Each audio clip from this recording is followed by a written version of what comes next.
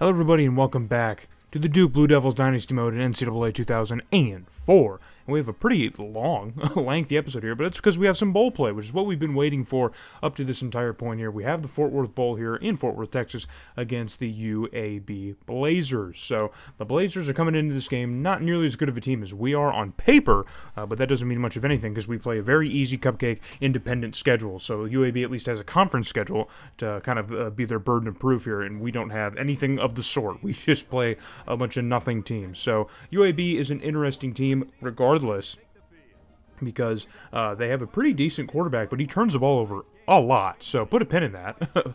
Foreshadowing is a literary device. And then the big thing here is UAB is a running team. They have two running backs that they've really kind of split a lot of the carries on, and even their quarterback's got a couple rushing touchdowns. So UAB's been a big running team. I don't know if that reflected in the stat rankings. I'm sure there's other teams in FBS who run better than they do. They just have two running backs that have decent stats on the year. So that's really just the big thing that I was trying to say by they run the ball a lot. I don't know how that correlates in their conference. You know what I mean? They might be one of the better running teams in their conference, but in this game, it's all going to lay out on the field, and we've got some good performances too. I didn't write them down here because we are going to look over the stats at the end of the season. I thought it'd be kind of stupid to reveal all of the stats heading into this one game and then we look at them again. You know what I mean? We're basically just looking at the one game difference. So I decided to lay off on revealing the stats for our players in this game. And because we're going to see him later on in the video. So and then for the gameplay, I'm only just including the scoring plays to try and limit the scoring plays and turnovers to limit just how long this video gets, because a full 10-15 minute game would really balloon the length of this video here. But already there's a turnover in this game here as Willie Nixon tries to get it off, I believe, to Junior Hicks, and he's going to fumble the football and put it on the ground. Fortunately, he's going to get up and chase him down here, and it might have been or no, actually it was Victor Marsh, the receiver 2 on the depth chart here, fumbles the football and gets kind of flattened on this short little pass here from Willie Nixon, and it looks like, I think he was down. I don't know. That one's, I think the elbow definitely hit the ground, and that probably caused the fumble here. But they're going to rule that that was just a clean fumble, and obviously there's no challenging in this era of the game, so we're just going to have to live with the results and live that was a fumble recovered by the Blazers. So, but they didn't do much of anything with the football. So now, much later on in the quarter, under a ton of pressure here, getting absolutely swarmed is Andre Rogers, and he gets flattened, and that's going to be a fumble. So now UAB with a turnover of their own late in the first quarter. So we have a scoring opportunity here. 1st and 10, Willie Nixon back to pass here, floats one down the middle of the field, and he finds an open target, and that pass is going to be caught for a touchdown, I believe, by Delvin Poole, the tight end.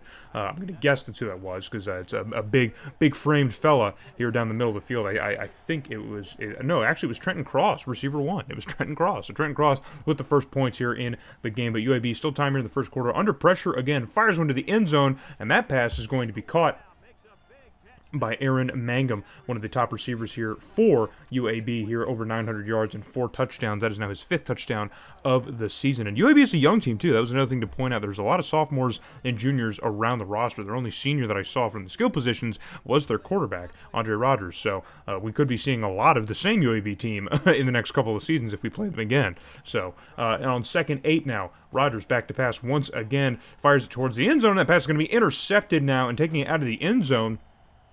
I'm going to get at least a little bit of cushion here between the goal line and, the rest of the field here. And it's Ed Williams, the free safety, finally really showing out here in his first season starting here. One of the bigger prospects that we brought in here in the last season that I was really kind of excited about. And here he is making a big play in the end zone, mind you. So that was a huge scoring opportunity for UAB, completely thwarted by our secondary. So I'm happy to see that. But later on in the quarter, of course, it's 2nd and 8 here, still tied up at 7. Rogers fires one down the field, and it's going to get intercepted again. Look at that. Look at the pressure that we've been putting on the quarterback, man. It's just been absolutely hellacious. And so we knew, because I mentioned it before in the previous episodes, how our pass rush has been one of the bigger things that I like to just kind of harp on. We have good pass rush. We put a lot of pressure on the quarterback, and I mean, Rogers put that in triple coverage. That was a terrible pass from the jump, so I don't know what the plan was there, but either way. So 1st and 10 here, under a minute left to go here for the Blue Devils offense, and Willie Nixon fires one to the end zone, and he finds another open target, and it's going to be another Duke touchdown, man. So we finally take the lead here and break through. With all these turnovers, you'd think the score would be a little bit higher, but Willie Nixon in this offense has been struggling to find that consistency that we really needed. So, but Trenton Cross with 2 touchdowns on the day in the Fort Worth Bowl here, and they still have the TCU flags up. I think it's funny. I think that's funny. But either way, the first half is coming to a close. We are again holding on to that 7-point lead here. Got to really do something and capitalize on these opportunities that UAB just keeps giving us. But Rodgers back to pass here, fires one towards the end zone. It's going to be intercepted again, and I think it's Ed Williams. Yes, it is. It's his second interception today, man. Just out of nowhere, Rodgers is just not paying attention to that safety. He's just completely overlooking it. But 3rd and 2 now with goal to go, trying to punch it in. We go with a direct snap to the running back here, give it directly to Junior Hicks, and he runs it right up the gut, and there's no room there. So UAB was all over that one. So UAB's defense comes up huge with the goal line stand, and on 4th and 1, we're going to settle for the points, and it's going to be good. So we're going to take a 10-point lead now over the Blazers, which is a good place to be in late in this football game, but it is certainly not like a guarantee at all. Like certainly not a guarantee. We got to be careful. So UAB works it deep inside late in the 3rd quarter, and they're going to hand it off to their fullback, and he's going to drag himself in there and get into the end zone. And I was looking at the roster sheet, and I'm like, I don't need to write down their fullback, because obviously he's not going to do anything, but of course he does. That's just how things go for me in this life. So, but either way, UAB scores, and now they're going to come within 3 points now. Just 3 points of the Blue Devils. So entering into the 4th quarter here, 1st and 10 for the Blazers here. Rodgers made a lot of mistakes all game. He's going to make another one as it's another interception to Ed Williams once again. But Nick Jackson, a separate player, is going to get injured on that play. So we are still losing a little something here, even though we gain a turnover, another offensive possession, but we don't do anything with it. So UAB back with the ball across midfield here under 3 minutes, and it's another interception to Ed Williams again. It's his 4th, dude. It's his 4th. Why can't Rodgers see him?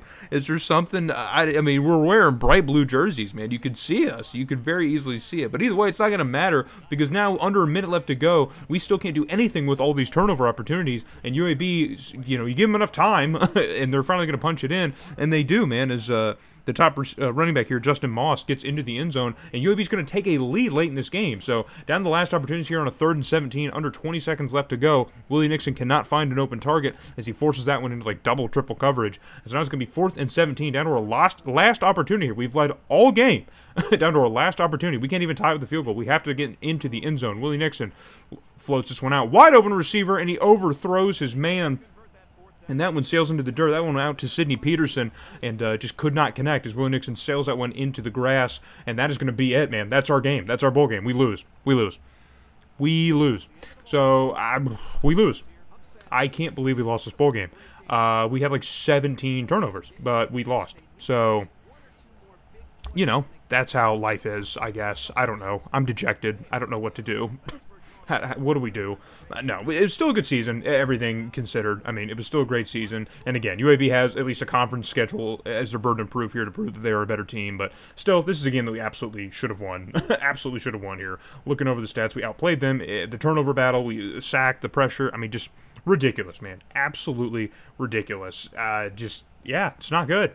It isn't good. But now we're going to get into the hub world and recap the rest of the season and look ahead to the following season. So, hope to see you guys in the hub world now as we head on back. Well, that certainly sucked. I guess we can't be super surprised, I guess. I mean, I guess we can. We were the better team. I don't know. We're just going to simulate the rest of the bowl games and then get into the regular off-season festivities. And yeah, then we'll pick it up. We'll carry on. All right, so now we're here. We're back. We're back here. We're back at Duke, man. A 5-year contract extension. So this season was enough, man, to really sell the program that we are the guys. So I guess winning 10 games, it said bowl bid, but I guess winning 10 games was enough to achieve that goal. And so there you can see we have upped the team prestige up to 3 stars. So we've at least gotten the prestige, I think, where we can probably start getting some real prospects now. We're going to start getting the actual interest of legitimate prospects now. And yeah, so we're going to get a contract extension, and I'm going to take that extension. Absolutely, we're going to take it. And I don't think, yeah, so I think when you get a contract extension, the game isn't smart enough to give you other offers. So at least for this season, we will definitely still be coaching the Duke program. So looking all the way towards the end here. I guess we'll see our national champion. Hold on. I just saw it in the sim. But yeah, Tennessee beats Ohio State. So Ohio State, I think it's the second one that they've lost. Second or third one that they've lost. And that might be Tennessee's second, because I think Virginia Tech's won 3 and Tennessee's won the other 2. I don't know. I don't have it.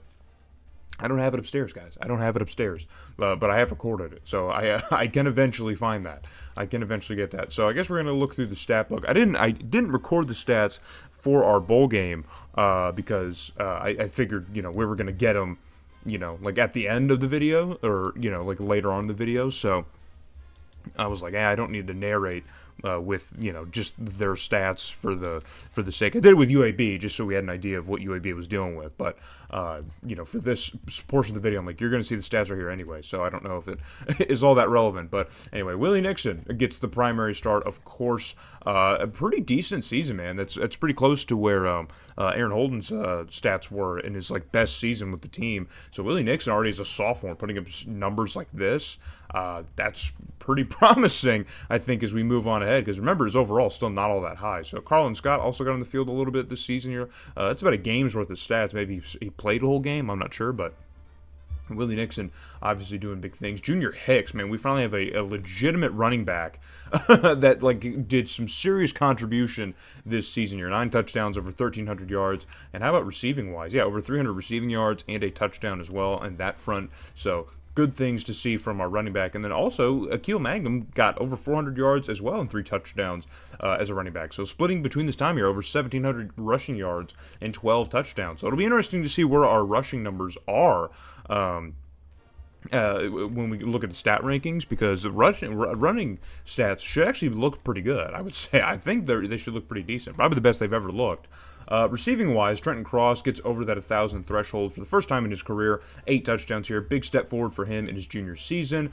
Delvin Poole is a tight end, over 700 yards and 9 touchdowns. So we know who Nixon was looking at most of the time. He loves the tight ends. But Victor Marsh also over 700 yards, but only 3 touchdowns. It's kind of low. It's a very similar year to last year. Oh, my goodness. Look at that. Almost identical years. So maybe Victor Marsh makes a big jump in his junior year. Who knows? Maybe that's how we're looking.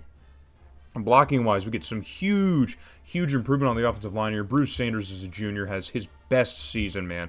Completely just night and day kind of player, kind of performance. Dan Hobson is another good season, too. Remember, after he kind of rotated in last season and really showed what he was capable of, and he just has another year of that this year. Craig Ballard in his senior season, man, finally getting on the season, has 2 back-to-back identical seasons, just solid seasons. When we get close down here to Javon Battle and Marquise Hatcher, not nearly as good, but, I mean, these are still pretty good numbers. It's probably the best season we've had from our offensive line in terms of protection up to this point. So I like to see that. Chucky Gordon over 100 tackles, man. Finally gets over the 100 threshold after being 80 plus for his entire college career. He finally gets over that 100 threshold. But that's it, man. That is it. We don't have anyone even close, man. No one's even close.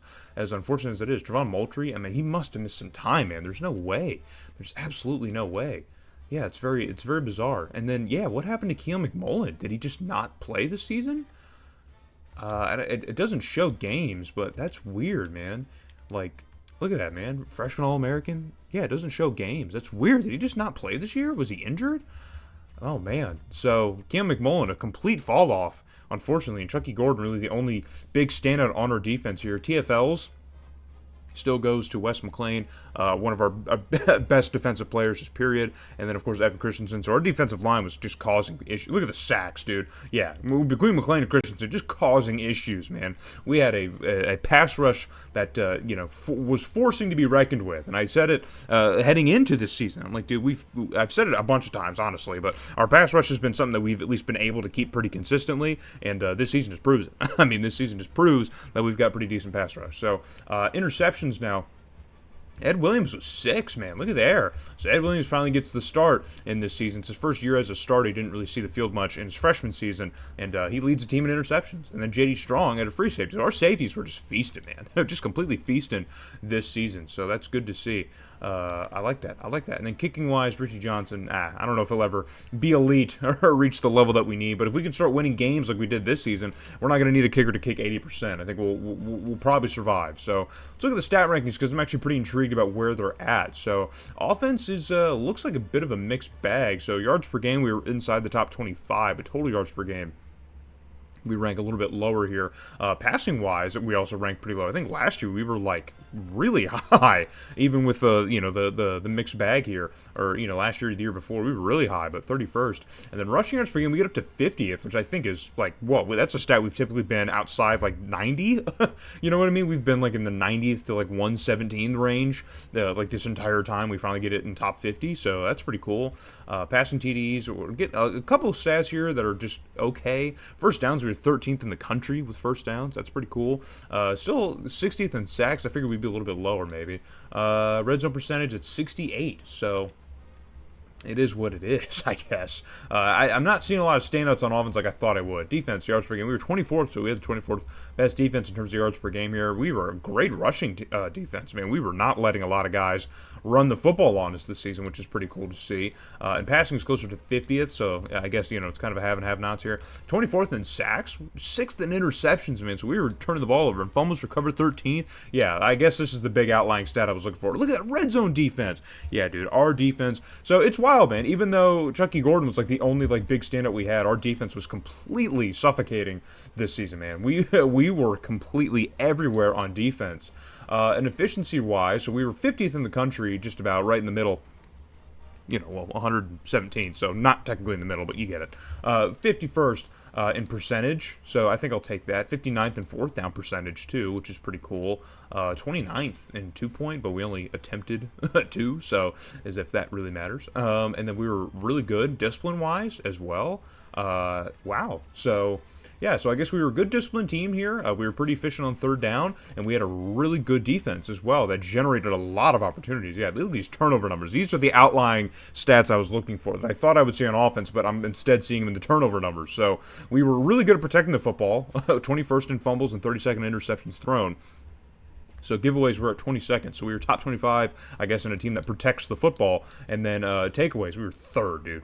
We were third. There were only 2 other teams in FBS that were getting more opportunities for their offense than we were, man. That is just, turnover differential. We have a positive turnover differential. I don't know if Duke has ever had a positive turnover differential. So yeah, this is the big takeaway here. So this is not sustainable, obviously. We will not have this kind of stat again next season. We're losing most of those defensive contributors that you just saw that contributed to this. So it's going to be very, very interesting to see what happens after the season. So I guess we're going to quit fooling around and get into that. Get into the off-season festivities. But I guess I'm going to break this up here because I'm going to stop and record all the standings and stuff real quick. But anyway, we're going to get into the off-season festivities next. All right, now getting into the players leaving.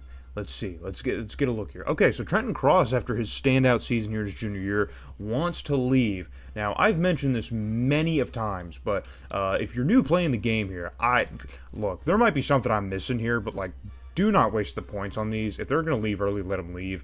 In my experience, every time they want to leave early, the bar is probably ever that full. It's never really close to stay, and you don't get a result if you put in the points. It'll just be all I know is I don't know.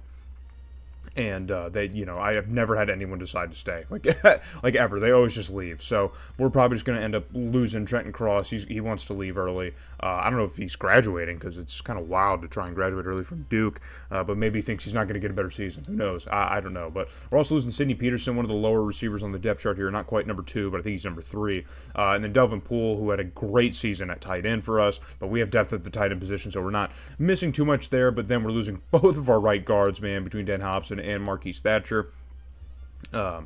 And Dan Hobson was the big standout here. We went with him. We decided to roll with him, and it was the better choice, obviously. But Marquise Thatcher still, was started elsewhere. You know what I mean? So both these guys were big this season and contributing to what happened, and we're losing both of them. So that's huge. And then we're also losing Craig Ballard, who had a great year at center for us as well. So 3 offensive line starters. So the offensive line is going to be a complete question mark heading into the offseason. And then, of course, Evan Christensen, the best player on our defense, I think, in terms of overall and just in terms of what he did on the field. 11 sacks. I mean, just crazy, man. So 45 tackles and 14 of them tackles for loss. And So we're gonna be replacing the pass rush, that's for sure, because we're also losing Wes McClain, the guy next to him who also contributed, and then Lamarcus Dennison too. We do not have a ton of depth at the defensive tackle position, so like that's decimated as well. So goodness gracious, man. And then yeah, all the linebackers leaving. This is tough, guys. This is probably the year in which we probably should have left. I probably should have found another job. I mean, honestly, probably should have found another job, because yeah, I don't know if this is. I don't know if this is replaceable in one off season. I really don't. I don't think so. If we run another cupcake schedule, it might be fixable. Like, it's possible, but like, I don't know, dude. It's gonna be rough. It's gonna be brutal. So let's see what I can do in recruiting, and then I'll chime back in if I can fix this at all. All right, so the results are going to be very interesting. They're going to be very interesting because the game was very generous, and like recruiting assistants pretty much just took the steering wheel and just threw guys at me. None of them I wanted, and none of them are good. But we have a loaded class full of just kind of a mixed bag. So I'll separate and I'll tell you what I was looking at and what the game just decided for us. So looking at our signings now. So we did get a slew of 4-stars. This 4-star middle linebacker here from Georgia. He's from Milledgeville. It's where Georgia Southern is, in case you don't know. I think. No, Georgia Southern's in Statesboro. Milledgeville, I'm pretty sure, is Georgia College. Just ignore me. Ignore me. Okay, but the number 11 middle linebacker in the country. I just want to point out here, because this has happened a couple seasons now back to back, the one position that we really needed, like last year it was like defensive end. No state around us, none of our pipeline, nothing, has one, including our own. So, like, middle linebacker, Virginia didn't have one. We didn't have one. North Carolina didn't have one. South Carolina, I think, had a 2-star that I tried to get, and you ended up going to South Carolina. Tennessee didn't have one. I had to go to Georgia to find a middle linebacking prospect that wanted to come here, and he wasn't even on the radar. I had to, like, lure him here. So that's the kind of work I had to go through. That's what recruiting for Duke has been like since I've started this. But anyway, so we get a 4-star middle linebacker here to help replace what we lost there. I got another 4-star cornerback. I'm hoping he can replace, because we have a ton on the roster already, so I'm hoping he can replace maybe one of the lower guys, and we can just rock with him, because he should be better at a 4-star. I also got another defensive tackle. Obviously, we needed one. He's out of Boone. He's going to replace what we're losing in Wes McClain, hopefully. 6'7" as well. Goodness gracious.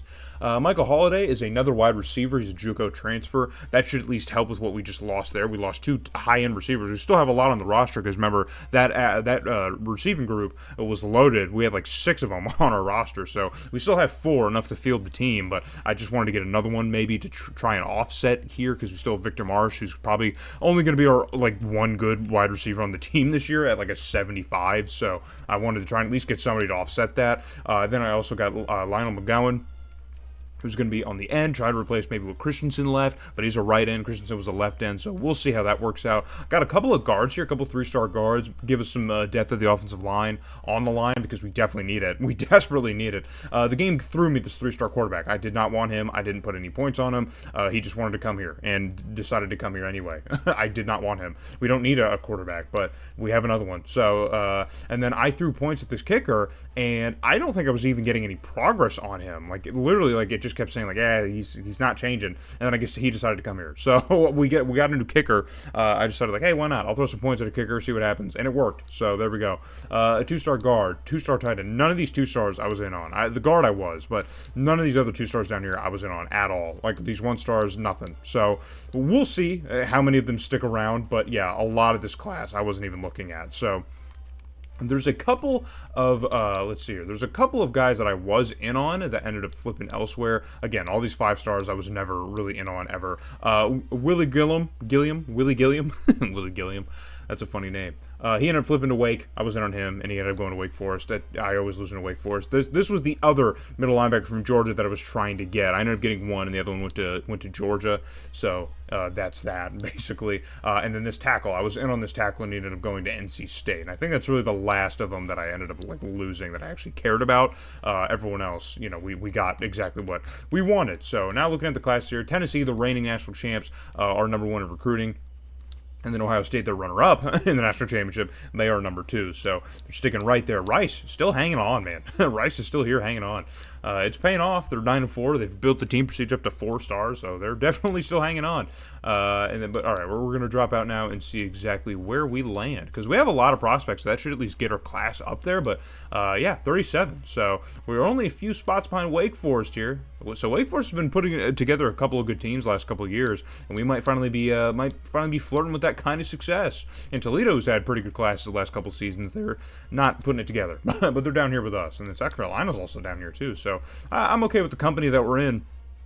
But we come in at 37th, so we're still keeping the recruiting inside the top 50, which I think is just good for us here. I don't know how long it's going to be before we even get anywhere close to like a top 5 class, like we did every single year with Bama. It's not going to happen here. It's going to take a long time before we even get there. So now I'm really interested to see the training results and just kind of get a general overview of the roster. But really the big thing is going to be cutting players and the depth chart. That's going to be the huge thing. So we're going to get right on into the training results now and see what the team's going to look like.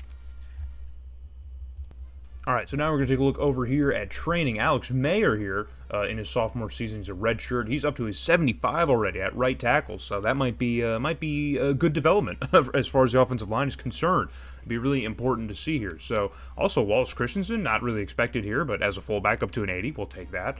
Wes Gardner's up to a 75, so maybe the receiving core might be okay at the top. We might have some promising prospects up there. Kevin Kramer, jeez, man. Ugh. Center might be a problem, guys. But Travis Moultrie up to an 85, man. I was really excited to see how he would develop. We also have another right tackle in Bruce Sanders up to an 84, so we're loaded at the right tackle position. So these guys are obviously going to get disseminated somewhere throughout the roster here. Some pretty promising numbers throughout. Victor Marsh up to a 78, so that's good to see. And Brock Parham up to 77, man, as a sophomore. Yeah, we're looking pretty good, guys. Oh, another receiver up here at 76, and Elsie Hollins. Yeah, so we should be decent again. I think we should still have a roster worthy of competing.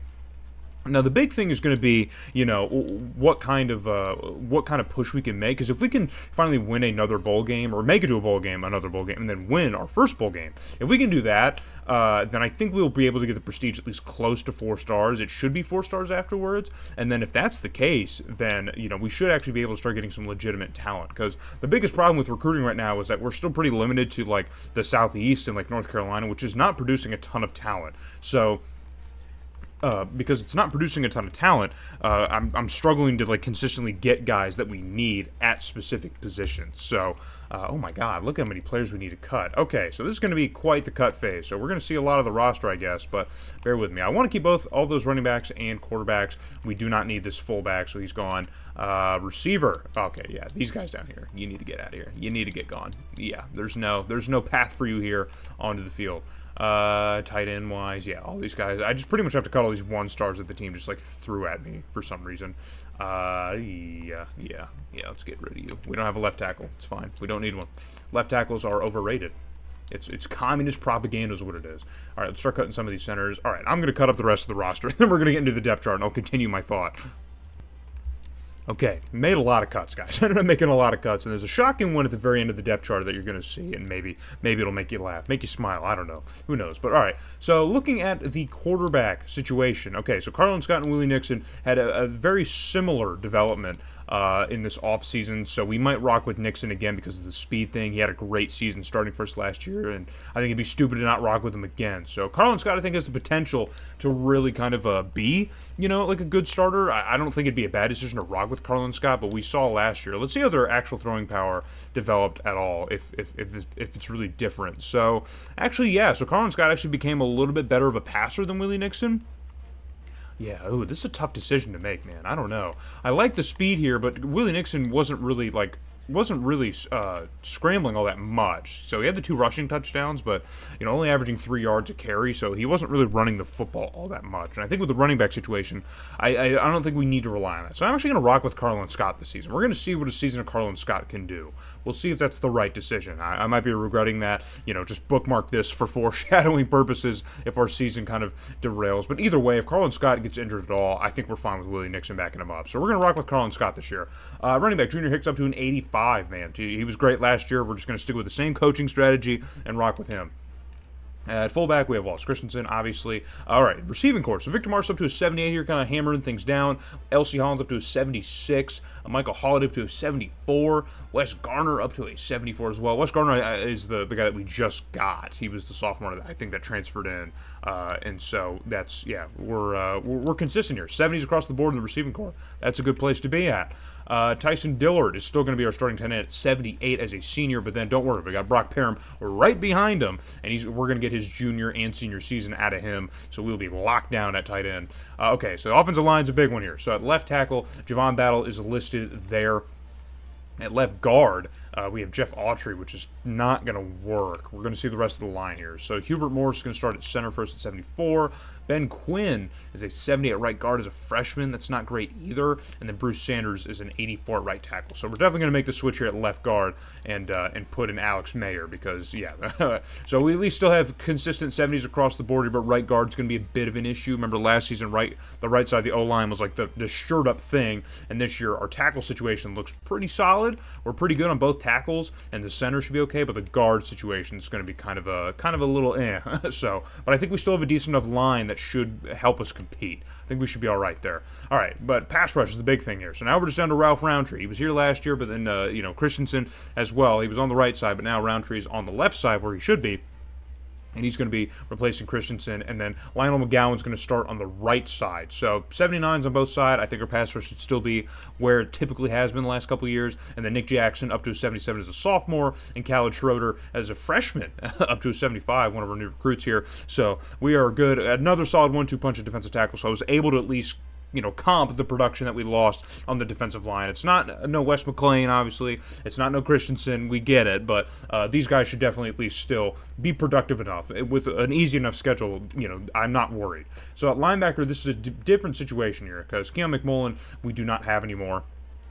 And Chucky Gordon's also gone, so we lost all of our linebacking production here. So let's get a look at what we can try. So Travis Mulcher, obviously, on the right side, clearly is what we're going to rock with. Aaron Logan's going to be our middle linebacker. And then, yeah, we have a place for Julius Francis, so he's going to start on the left side. So Julian Francis, an 80, 78, and an 85. So linebacking core should be good. And I actually think we have quite a bit of depth at, all three to where we could probably, rotate some of these guys. So keep an eye on that, man, because the linebacking core is pretty deep. Deeper than I expected. So, but at cornerback, so Jeremy Rhodes here starting at an 80 overall, and that's a big fall off down to Jason Hutchins as a 72. Give the cornerback room a year, and I think these guys will really probably step up. We have a lot of 60s on there too that aren't listed on the depth chart. But give it a year, because I think a lot of these guys will probably get close to where Jeremy Rhodes is, and he's only a junior, so we'll still have him, and a lot of these guys are young, especially all the 60s that are below, all those guys are young. So give it a year, and we should be pretty consistent at this position, but that might be a bit of a question mark this year. So Ed Williams holding things down here, free safety here at 79, and then Miguel Stanton still holding things on, but he's a senior. So we do have Mike Alexander behind him as a junior, so for the next couple years, we should at least still have, options at safety. But it will be something to monitor, definitely. And then kicker is the big change. I cut our kicker, and because Freeman Bray, that 3-star, ended up getting, he's a 72, which is 8 overall points higher.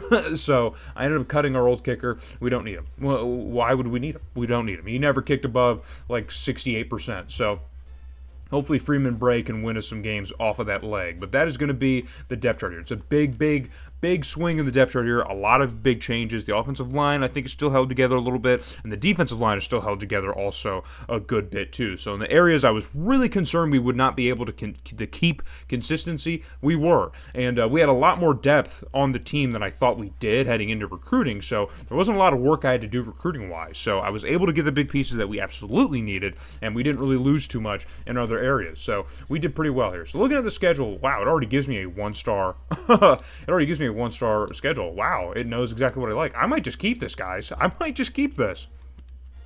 USF is the only 0-12 team from last season, by the way. They were the only team that went 0-12. And then I think Louisiana Monroe won 2 games, I think. Wow, this is a very favorable schedule. I'm okay with this. We have UAB, so we get the bowl rematch as well. That's interesting. We have the Troy State and Navy, so keeping the independent stuff alive. They always give me Buffalo. I might switch to the MAC team. I don't like playing. I'll just play Bowling Green. Why not? At Bowling Green. What a road trip right here. At Bowling Green, at Navy, and at Ball State. What a road trip. And then La Tech. So yeah, I think I'm probably gonna rock with the schedule, guys. I think I'm just gonna go with it. I think we have a good enough team where we don't need to make it super easy, and the game made it easy for us. So we're just gonna rock with it. we're definitely gonna rock with it. And okay, so and then next things first, I am going to keep the coaching things the same. I'm going to keep the strategy exactly the same. It worked out last year. I think we have good enough weapons in receiving and in the running back in the backfield to where we can kind of rely on this more balanced type of scheme here. I still want to throw more than we run, but I think we're okay here. So and I'm not going to run any more aggressive here. We're going to keep the defense balanced as well. Yeah, I think that's good. Yeah, we probably could key in on the run more defensively because that was something we were really good at last year, and our cornerbacks make the passing game a little bit tougher here, but I don't know if I want to limit us to just being a run-heavy defense. You know what I mean? I don't know if that's the area we need to be in. So either way. Okay, all right. I'm going to save, and then we're going to run the sim. Okay, so real quick before I run the sim, I did make a change here. I didn't notice that I had Ball State on here twice, and so I decided to take off the second Ball State game and put North Carolina on the schedule. So we're going to get the renewal of that since I don't have an in-state on the schedule this season. So we finally got one here with North Carolina. Now we are going to officially run it. So all right, y'all, we did it, man. Another good 10-win season here. That seems to be the mark, and this is exactly where I think we needed to be to continue the growth of the program. So I'm not mad at it. So looking at the schedule real quick here, we're also ranked. Just to throw that out there, we're also ranked. We picked up wins against Louisiana Tech and TCU, a good TCU team. Probably the only win over a team with a winning record we have all year. And then we beat Bowling Green. These are all close games though, so very sketchy close games. Then we finally lost that close game. So I guess we were kind of dancing close to the sun here and finally got burned against Navy. Navy brought us down to earth here, a bad Navy team. Then we got back right against Ball State, and then lost to Troy State. Troy State actually kind of gave us more than we could handle here, finishing 9-3 as an independent. And then we did absolutely hammer North Carolina in our rivalry game, renewing the rivalry here and taking a big win in it. Also beat up on USF here, who now has one win in the last 2 seasons. Brutal stuff if you're a Bulls fan. I apologize. And then we did get a revenge on UAB here, but their defense was absolutely smothering, man. Only 15 points. But we did manage to beat UAB and get our revenge. Then we beat Louisiana Monroe, who is also bad this year. Then we beat Rutgers, who wasn't very good this year, but they're at least in a conference, something that we cannot say. And we picked up a win against BYU at the end of this season. So you see the combined opponents record. It's another easy schedule here. I think after this season, we could probably start scheduling some opponents here, and then we might, come back down to earth a little bit here. Once we get into a conference, I'm thinking, because I remember at the beginning of the series, I talked about really kind of making scheduling tougher. But this series has already been tough enough to just recruit and make the team competitive at all. That I'm like, dude, let me get some help in scheduling to where I can at least win games. Please. All right, so we're going to simulate through the conference championship week here, and then we're going to see what kind of bowl game because we should get in a bowl. I mean, we're ranked. Obviously, we're going to get a bowl game here, but, we have to simulate through all the conference championship games here. Maybe I should show those. Do you guys want to see them? I don't know. But we have a running back winning the Heisman here at West Virginia. Oh, my gosh, Junior Hicks is third in Heisman voting. No way. We have someone receiving Heisman votes, so I guess that's really the big draw here. We're going to see exactly what he did and see if there's any award that we can win. I doubt it. I mean, Heisman's probably the only award that we could win. But, all right, now we're going to see what awaits us here. So we're going to head to the Tangerine Bowl against Wake Forest. No way. We're going to play the Demon Deacons, man. This is a huge one. In-state rival here. We moved up to 18th after championship week. And, yeah, now we're going to play an unranked Wake Forest team, man. This is a dangerous one. I'm not confident about this one. I don't know if we could win this game, but we at least have another bowl game. So that's awesome. That's incredible. So, yeah, let's look at the weekly schedule here, I guess. I want to look at the stats already, but we can't. We have to wait here. We have to wait. So, in the next video here, we're going to get this bowl game. We're going to head to the Tangerine Bowl and see if we can win our first bowl game against Wake Forest, man. They have a horrendous passing offense. Good Lord. Yeah, this is a running team. Absolutely it is. And our offense, we have the third-ranked offense in the country. And they're passing, oh my God, man. Their turnover differential, they also have their number one in turnover differential. So these guys generate the turnovers. And if our last bowl game, or a bowl game from last year against UAB is any indication, you know what I mean? We got a lot of turnovers, so I don't know if Wake Forest is going to give us a whole lot. But we'll see, man. But this is going to be a longer video because I got to splice in the bowl game and stuff and edit some stuff around here. But thank you guys so much for watching, and these videos are going to get a little bit weirder. We're not going to be completing full seasons probably anymore because we have the bowl games anchoring each video now, so, which is fun. That's what we wanted. It was to compete in bowl games. So we'll see if we can beat Wake Forest here and get our first bowl victory. But again, thank you guys so much for watching, and in the next one here, we're going to be in Orlando, right? Orlando? Yeah, Orlando, Florida, for the Tangerine Bowl against Wake Forest.